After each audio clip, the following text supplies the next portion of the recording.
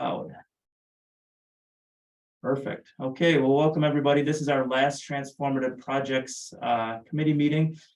This committee, as well as our other subcommittees, which you'll see all listed right here, are starting to wrap up. And so what we have is we have scheduled 2 steering committee meetings in September, one on the 8th and one on the 29th. Correct. And transformative projects would go on the 8th. And essentially what we do is we have about 10 to 15 minutes allotted for that meeting. On the 8th, the meeting will be from 11 a.m. to 1 p.m. And so we'll have about 10 to 15 minutes for a representative from this group to talk a little bit about, what type of discussion we had and which projects that the whole committee talked about and wanted to include in the comprehensive plan. So we can either make a decision on who would like to come to the meeting next week today, or else we could include that in the email and pressure somebody into doing it. And yeah, but be nice to them at the same time. So in terms of transformative projects, if we're taking a look at our housing. Carlos, are you on screen? Is there something to share? Yes, I am on my way to sharing it right now. And we go here. We're going to take a look at housing first.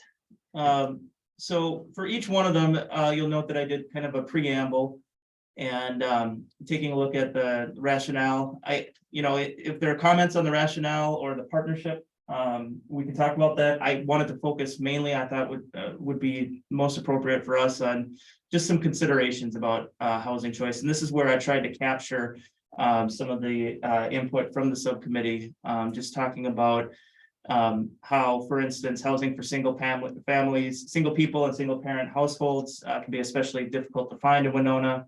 And then the other bullet points that talk about more dedicated public funding to housing, and working with the townships to identify potentially developable land adjacent to existing infrastructure. That came from the housing subcommittee that has also been working on housing as a focus topic. So they spent 8 meetings talking about housing, and they've got quite a robust section of goals, objectives, and strategies to increase housing choice in Winona. So with this, in addition to what we have here, there's a huge section of the plan dedicated to it, and I see a lot of our actions, even staff-wise and city-wise, after the comp plan is adopted, hitting the ground running in terms of adjusting our regulations to allow more things to happen in Winona related to housing. So do these all have an ask coming out of them? So I heard an ask there's like change zoning and ordinances to make it more easy to achieve this. Is that so? That'd be the exactly. key ask here. Yep. Okay. Yep. In addition to a lot of other programs outside of the city, working with state, federal partners to, that type of thing. So, yep. There was some discussion on this committee about parking minimums, adjusting that. Don't want to make housing too expensive by requiring too much parking. Any other comments or questions on these considerations that are listed and are on the screen? I mean, I guess for this one at least, I think what's in the summary is fine. But I find myself searching for a transformative project in this document. Yep. And so, I'm not saying we shouldn't include it, because I was one of the people who voted for housing as a priority. It was the #1 thing in the engagement in the surveys, and so.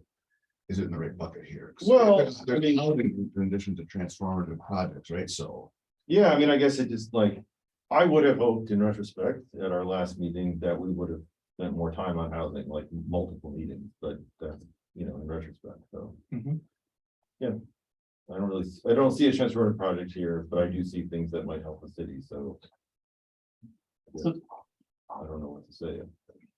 So maybe what I could do is in the introduction and in the rationale, and that just basically talk a little bit about how this subcommittee thought it was very important, but didn't land on a specific project, that there's so many out there that could occur. In my mind, it would be difficult for us to figure out a specific project and have it all, discussed and sufficiently gone through to a certain extent in the short amount of time that we had. Yeah, I would suggest that the most transformative thing that comes out of this is your section when you're talking about partnerships and the city's role. That housing is obviously a multitude of individual decisions and situations. But the city can and should perhaps be playing a significant role in facilitating the development and redevelopment of our housing stock. Mhm. And that what I would be advocating out of this is the transformative aspect of that is placing that in terms of the city's priority in terms of staffing and funding much higher than it has been. That it becomes a significant function of our city staff to make connections with the federal, state, and private partnerships to facilitate new and rehabilitative housing. So simply by the act of us prioritizing housing. Yes, and then translating that into come budget time, into funding sufficient positions and programming to make that priority effective.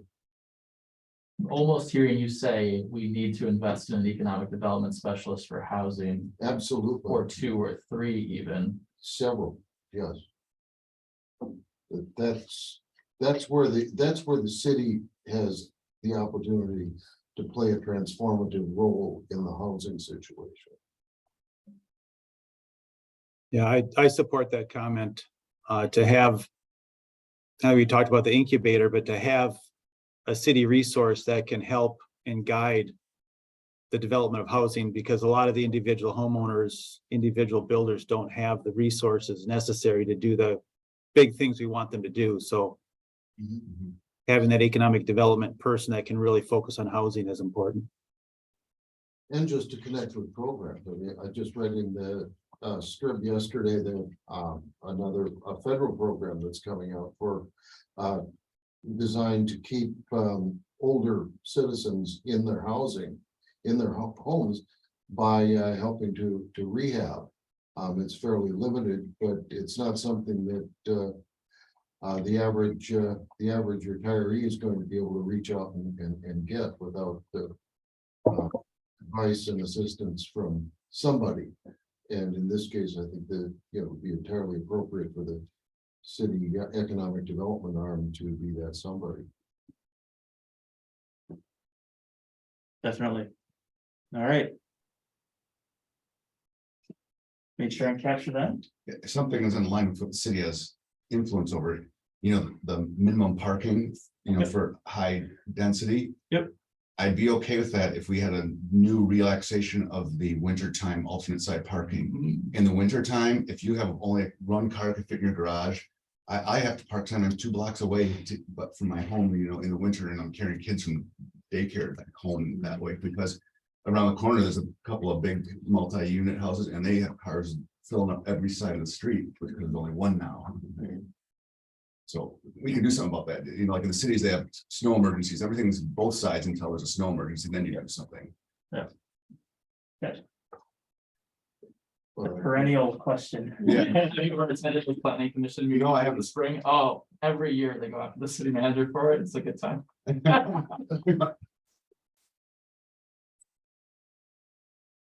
All right, this is good. Any other comments or questions on this one? Okay, wonderful. So go ahead and hit save on that one. And let's do the incubator next. Here we go. This is at the beginning of the rationale. I talked a little bit about how it's something that we've kind of been taking a look at a lot in Winona, that we tried the garage space, but it was closed due to lack of use and financial feasibility. But it really does line up with our vision and values looking to 2045, especially under entrepreneurship and autonomy. So some of the considerations I had under this one, and Jim, I'm going to share this. Just give me 1 second.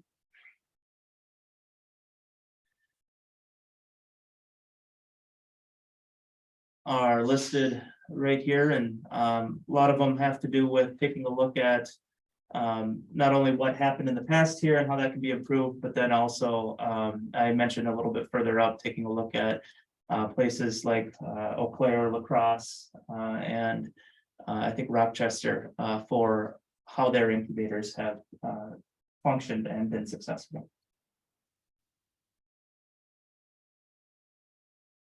Made sure to get in the mention of the city of Winona's Masonic Temple, just for the potential that that building has, but also the fact that incubator style resources don't just exist in one specific location, that we have a multitude of programs, and maybe what we need to do is try to help to bring those together to a certain extent. Any additional comments or questions on these considerations? How does the Masonic Temple comment coordinate with other proposed uses and ideas about that building in the plan? It actually coordinates pretty good. That structure has been looked at as a combination performance art, offices, and potential incubator space. So it goes right in line. So serving multiple different opportunities, and the Masonic Temple's been talked about for Years, yeah. Maybe more. Ethan, welcome. Can you hear us? Yes, I can. Okay, wonderful. We are going through each one of the project summaries. We just talked about housing, and now we're on to the incubator. Just taking a look at the considerations and seeing if there's anything that should be listed in addition to what you see on the screen now. Change. Is it worth mentioning the other compatible ideas about the Masonic Temple in this document to say that it's supportive of other efforts, just so that it's mentioned? Yep.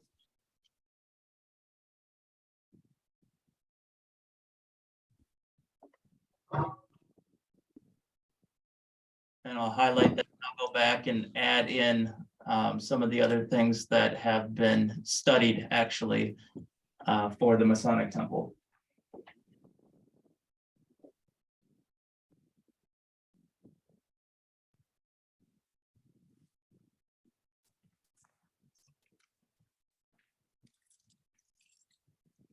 When you're talking about investments in Masonic Temple, you're talking about upgrading and taking care of some structural problems that have been around for a while. Yep. Okay. Yep.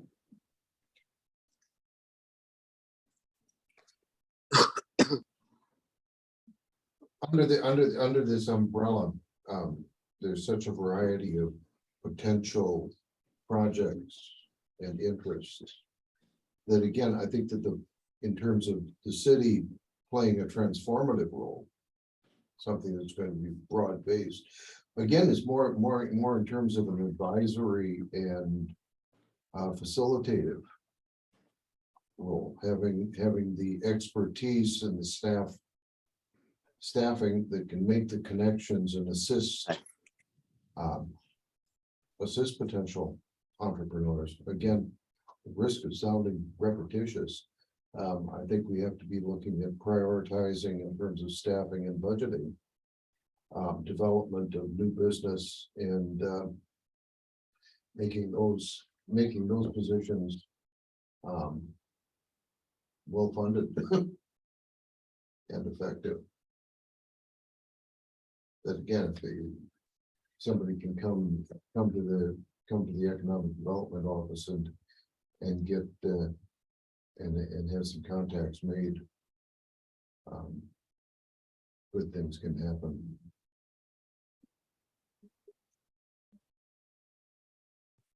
And I know the Port Authority was very involved in the garage space. So it would only make sense that in the Yeah. future, something like that would. Yeah, and I think it gives broad-based, all of these things could be used, further.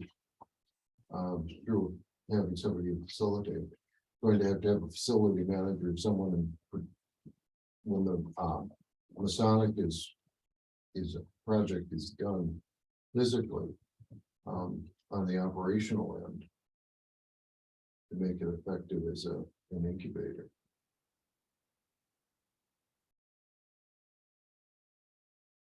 Carlos, can you scroll up to the top? Is that future is at the top? Okay.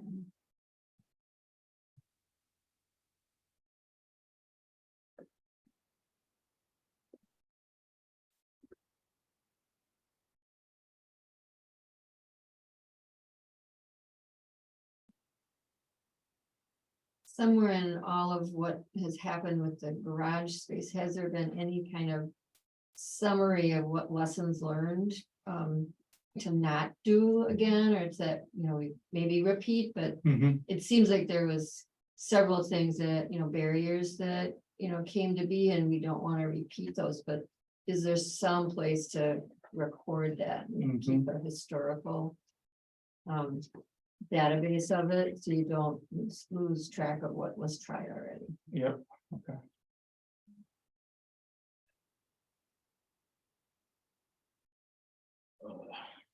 Small garage. Is it economic development or is it becoming a hobby space for people too? I could see it getting Yeah. inflated. Yeah. I don't have a problem with that per se, but Yeah, I just think it's good to have a record.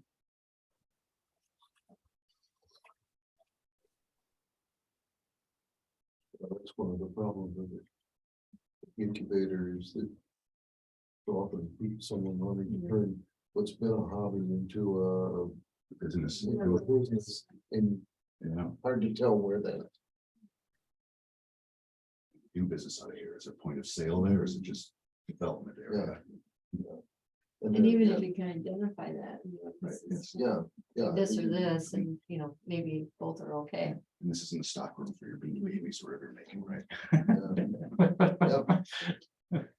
Yeah. And that's-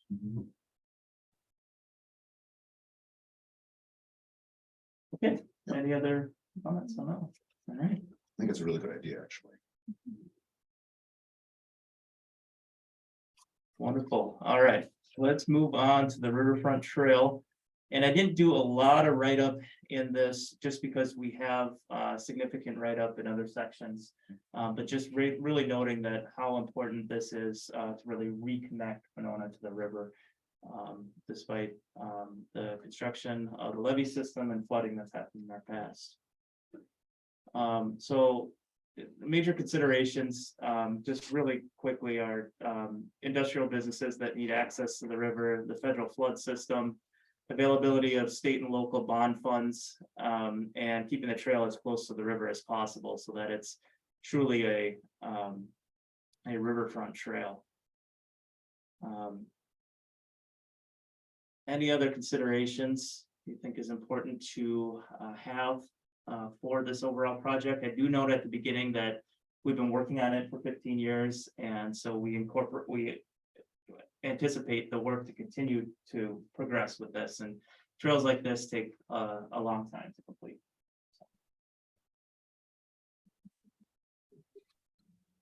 Would the riverfront trail, I assume it would be managed by the city, Yes, is that correct? Whereas these other transformative projects probably wouldn't, but they'd be supported by the city. exactly. And the city does own the Masonic temple, but what happens within the temple would be other entities.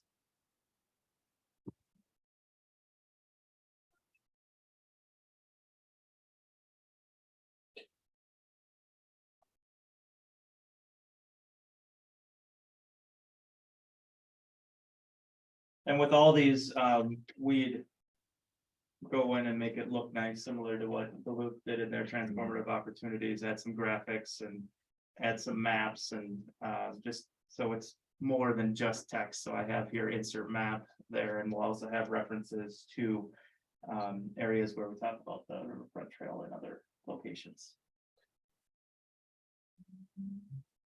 I think that it might be good to add to this, that this is one of the where it's pretty much an exclusively a city project.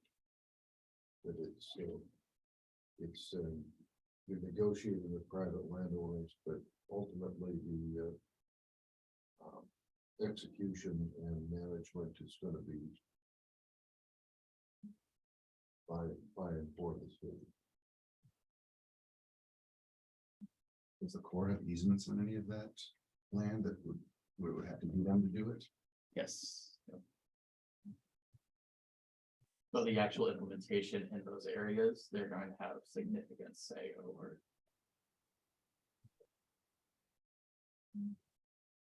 And that actually brings up a point that we're still working with in the Transportation Subcommittee as well, is what are the right rules and regulations for this riverfront trail system connection? Park and Recreation's only met twice so far, you know, they have a newer plan. And they have very clear connections that they want to have as corridors. We don't have design standards for them. So one of the things that's being considered by the Transportation Subcommittee and also downtown and riverfront and heritage preservation for like heritage streets is this idea of having a design guide for these elements. So where we have riverfront trail connections, do we have the right design elements? I don't see that on there. That's something that's amenable to this group. It'll be reinforced in other sections. If it's not, let me know and I'll just be quiet in my corner. What could you elaborate what when you talk about design guidelines for the connections? So when we end up dealing with the design of public rights of way, there are different regulations than if we were just to use parkland, for example, or levy land that has easements related to it. So when we start considering the movement of vehicular traffic, for example, there are statutory minimums for the way that those are designed. But then there are also processes for flexibility within that. So things like seeking variances on Minnesota state aid roads, or other processes like adopting your own standard for locally controlled streets. And right now we don't have a guide for that.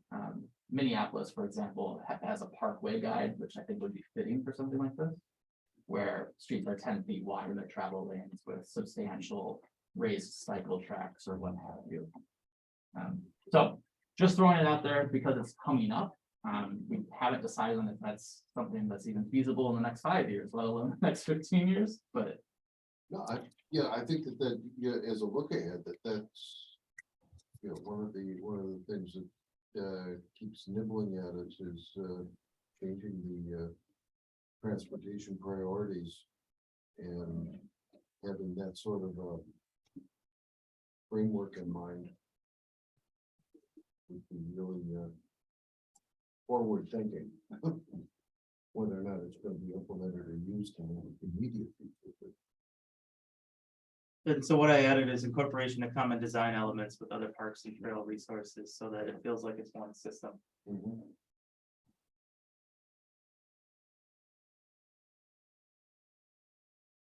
All right, any other comments or questions on this one? Good. Save and stop here. Next one, field house. So I did a write-up on the rationale here, just based on some information that Jim sent over and what they had in there, and they being WSU in their write-up for why this is important for the university in the future, and why that is unique to not only Minnesota, but also, you know, when it comes to the regional sphere of offerings when it comes to sports facilities. So the case that the closest 300-meter field houses are in South Dakota, Brookings, South Dakota, as well as Fargo, North Dakota, and Ames, Iowa. So if something like that were located here, in addition to serving WSU's needs, likely what it would do is draw people into the city. And so that would contribute to the transformational nature of this project as well as encouraging and assisting with the university's competitiveness and attracting and retaining students.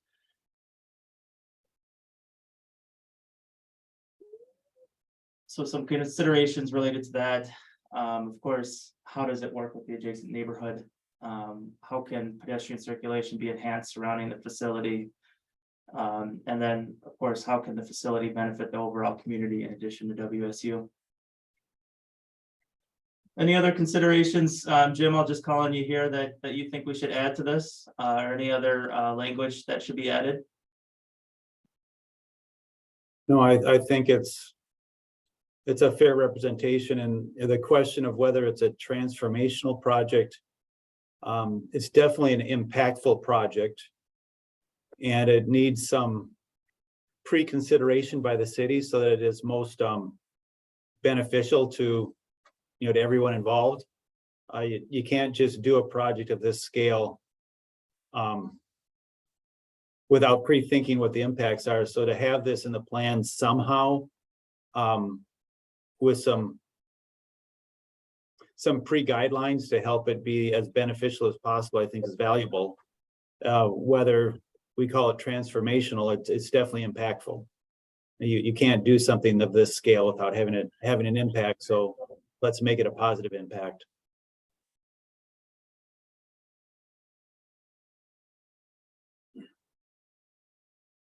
Comments or questions related to this one? I'd really like to see some expansion on how it would benefit the overall community, because I see the benefit and the value to, students and other people coming into the community, but what about this community? And how does it interact with other, school systems within the community, and how would the rest of us benefit from it? So I think there should be an expansion on that and a little more detail.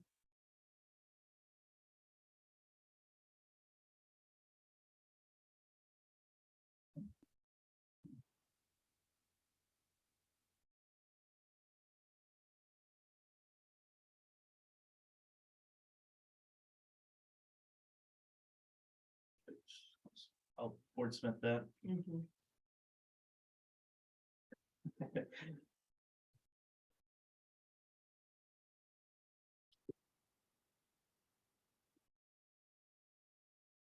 So I'll just add in some additional, I'll add an additional phrase, I'll wordsmith this and just to provide some more detail if and when this comes back again, to make sure that that's part of the story when it is proposed. It appears that in terms of the community at large, the most significant lasting impact is going to be on just what it's the folks from outside that it brings in to attend events. Or even how it impacts events that we would go to, because there's a new space for the rest of us who already live here. Yeah.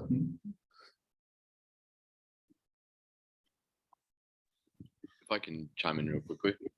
Sure. I was thinking about this after we talked about it last time. One of the potential benefits of this, or something that could be worked in, is just considering that this might be one of the first main things that a lot of people see coming in on the train. And as we add a second train and hopefully in the future more, it might be helpful to consider how this could relate to people coming into Winona by train. Yeah, I think the neighborhood impact is going to be critical in something of this size. Definitely. Sounds good.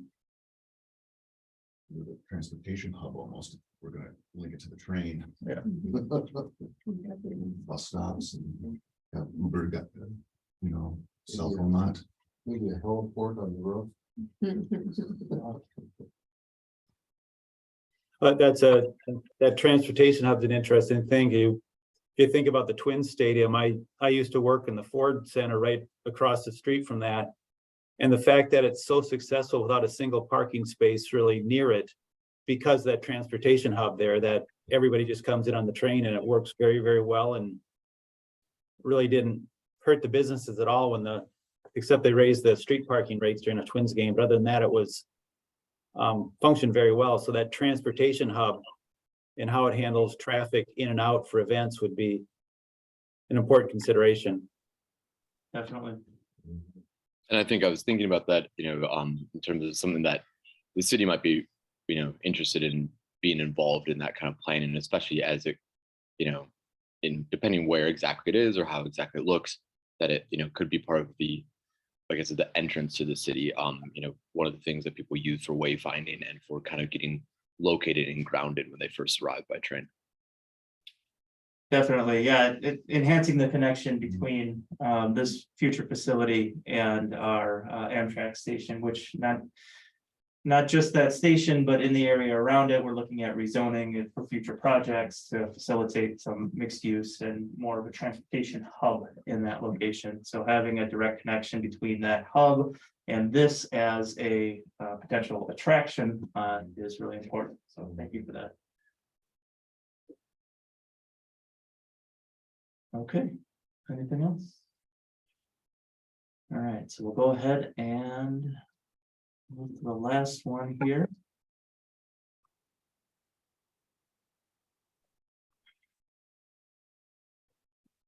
So the rationale that I put together basically just talks a little bit about whether it's a new facility or improved facilities, that there is the need for it. And then just talked a little bit about how the combined police and fire facilities, some of the reasoning for it up to this point. But then right now, the viability of the project is really hinging on the property that's owned by the diocese. So I did make sure to mention that due to limited land options in Winona, location of these facilities in a different place will likely have a domino effect on other properties and land uses. What that eventually is and how that eventually would play out, of course, is yet to be determined. But just because of our space constraints here in the city, that is something that is a consideration. So some of the considerations that I had, and you saw this at the last meeting, and I will share this for Ethan and Jim, are showing on the screen here.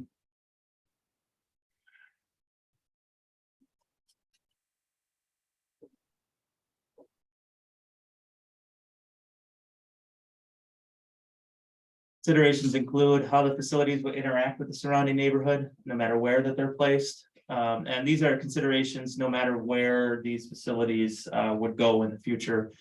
Needs of the community center, needs of the police, needs of the fire department, and then of course the cost of everything and cost of the projects. So any other comments or questions or things that should be added under considerations?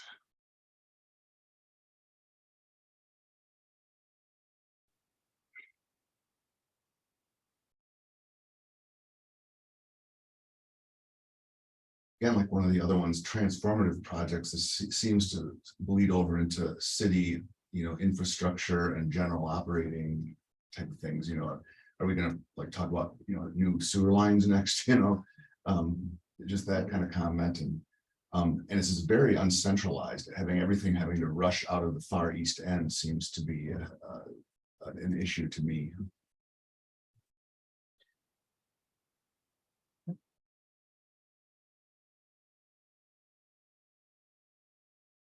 Yeah, I think that these are all obviously or have been defined as needs. And there's a proposal in general. I think that we need that it would do well to look at whether or not, as you say, centralizing everything at the east end. Community center, fire and police, whether or not that's necessarily the only or best option. how can we best serve all of our neighborhoods in terms of recreation and public safety. Combining the police and fire is an obvious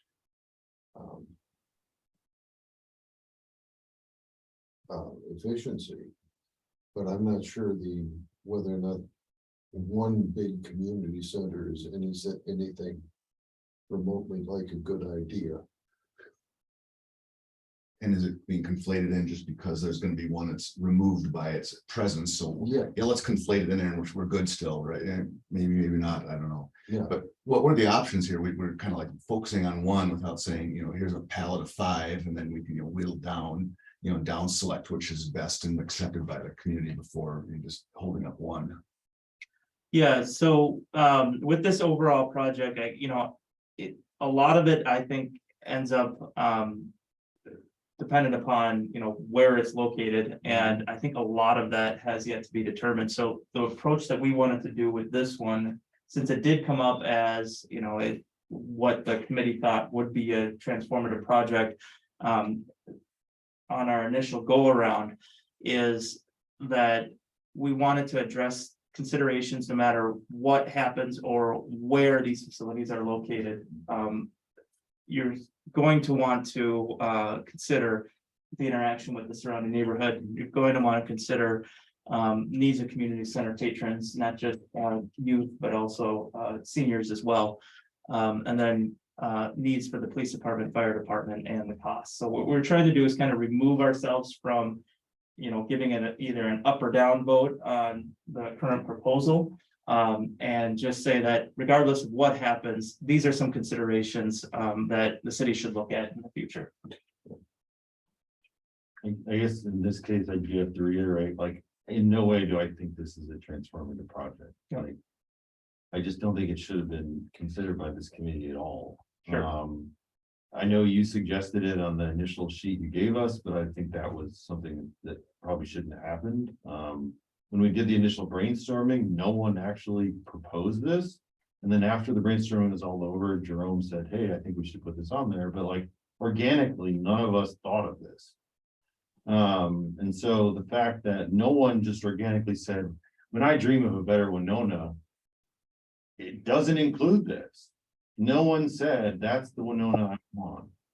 Whether or not you want to say fire, police, and the community center need resources, that's fine. But this isn't a transformative project in no one's imagination. I think it's been forced into a conversation artificially. And it's not, it just isn't. I think the other reason why I don't think it should be in the transformative project committee summary is that I think that, and I think this is my problem with some of the committee's work, is that what a transformative project qualifies as has been very unclear. And I think part of that is because it's the first time we're doing this committee, and so there's some ambiguity about what fits in this category. But like this is not like a project designed for like changing the community for the better. It's just kind of keeping things the way they are.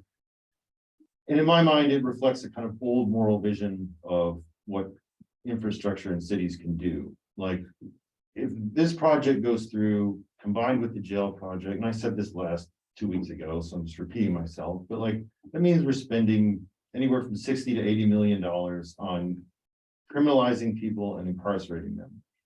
And we're not going to spend it on a $60 million or a $30 million new housing program. We're not going to spend it on the second thing that Engage Winona surveyed people that was community services, which is mental health services, healthcare services in general, childcare services, finding employment, job training, any number of those things. And so, to me, like, this isn't additive, it's just maintenance. And if I fully give you my opinion, I'd say it's destructive. But I think just generally talking about it more neutrally, I don't think it's transformative. I think it's just the kind of maintenance thing. With a high opportunity cost. Yeah, well, yeah, a high opportunity cost, meaning we could spend that money elsewhere. You know, and so. I also don't think it's an inherent presumption that the fire and the police want to be together, should be together, or that there's automatically some state bonding miracle that's gonna happen because they're together. And so I think a lot of the assumptions of the combination of these are flawed or assumptions. They're not guarantees. Yeah, so that's my 2 cents on that. All right. Yeah, and I definitely think that a consideration is how much we'd be spending on this versus how much money is dedicated towards other things that are needed throughout the city. One other element that I think I really heard from you, Scott, both today and previously, and we're hearing in other subcommittees as well, is when we consider some of the, I'm not going to call them necessarily routine, but the regular aspects of city governance and city facilities and city action, how do we rethink it so it's prioritizing different elements that are clearly coming out in the phase 1 of engagement rather than the traditional, oh, we're just going to go dump $36 million at a specific project, for example. You know, I think about big designing a giant, big as an architecture firm, designing a large power plant that has a big sledding hill on it. You know, impractical in a lot of places, but they went out and actually did it for a community, right? And so those types of things, when you talk about something being additive or destructive, there's also mitigating the negative aspects of regular operations of a community and how we can improve them rather than just saying, oh, we're just going to have a new police fire station combination, for example. But I think that's, I don't want to lose that train of thought either, is, you know, this is an opportunity to rethink how we do these elements.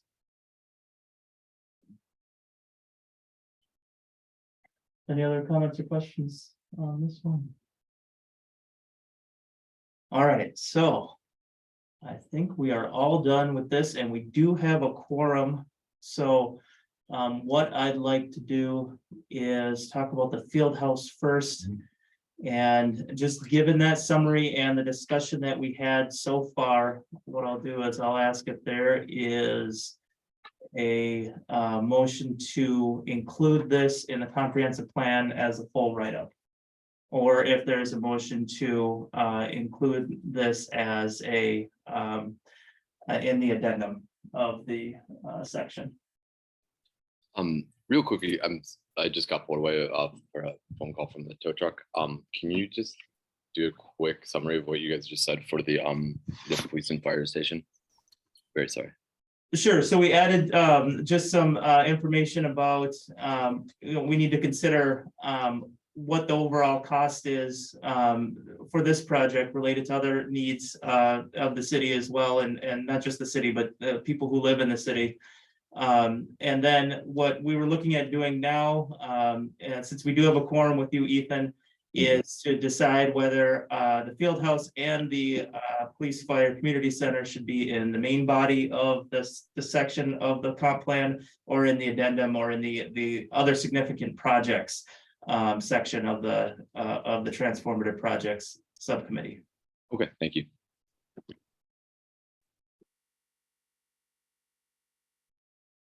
So, Jerome, did you have a question? No. Okay. I was willing to make a motion. Okay, go right ahead. I'd move to put that in the addendum. In the addendum, okay. Yes. Would there be a second to Jerome's motion? I'll second. Okay, sounds good. Any comments or questions on the field house and anything anybody'd like to say related to that one before we have a vote? Well, just the reason that I'm thinking that way is that it's primarily a Winona State project, that the impact that would be seen as transformative, that would be affecting everyone in the city, is really speculative at this point.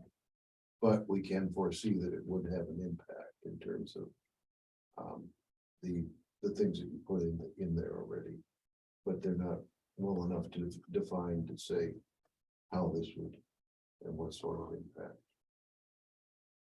Sounds good. Any other questions? Procedural question. So if it's either in the main body or in the addendums. Yep. And if neither of those pass, then it's just gone from the whole. Or So- does it have to land somewhere? So what I would do with this is just do a short blip, essentially. Saying that we talked about this, but that we don't consider it a transformative project at this point in time. Yep. That's the negative case. Any other comments or questions related to this one? All right, so the motion is to have this in the addendum. All those in favor of that motion, say aye. I, Okay, so looks like, and we had Ethan on that one. that's an I. All right, so motion passes 4-2.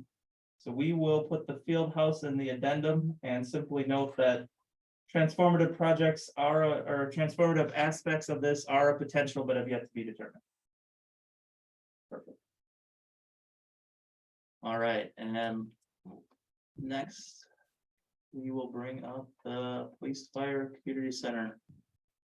And so same thing with this one, if there's a motion to either keep it in the main body or the addendum.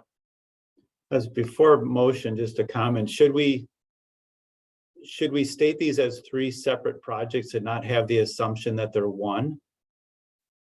That we need these 3 projects, but maybe in the addendum, they're just 3 separate projects and not assumed to be a combined idea.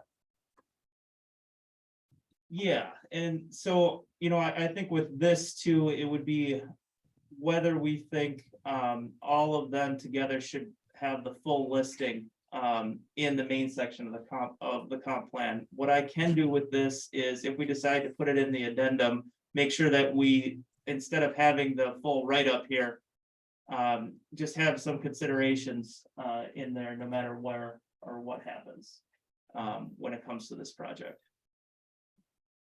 And could perhaps one of those considerations be mentioning splitting it up? Yes. Okay.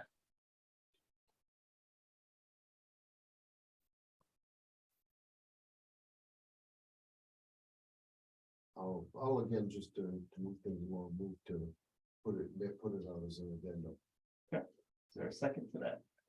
I'll second. Additional comments or questions related to that? Just obviously, it's a major looming project that has significant impact, potential impact on the city in a number of ways. But I think it's probably too advanced, in terms of the discussion to look at it as being something that's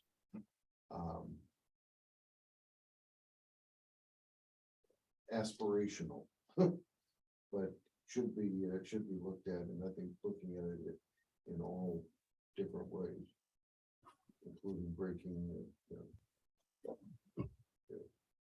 Yeah, I've centers, if they should be distributed in the neighborhoods, or if we should have one centralized one. That there are a lot of issues there that merit examination. Ethan, did you have a comment or question too? Oh, I was just gonna kind of say I as well think that this generally falls outside of the purview of this committee. Okay. And I would like to, like Jim said, include a note that regarding the possibility of having this be a split thing, and or at least acknowledging that the combination is an assumption. Got it. Yep. And so if this goes into the addendum, I will note that. Awesome.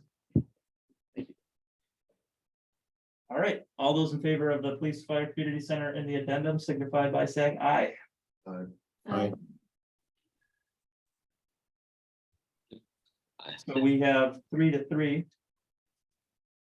So we would fail to make a decision on that. Right. Carlos, I was an I don't know if you counted. Okay. So there we go. 4-3 or 4-2. Can we recount that?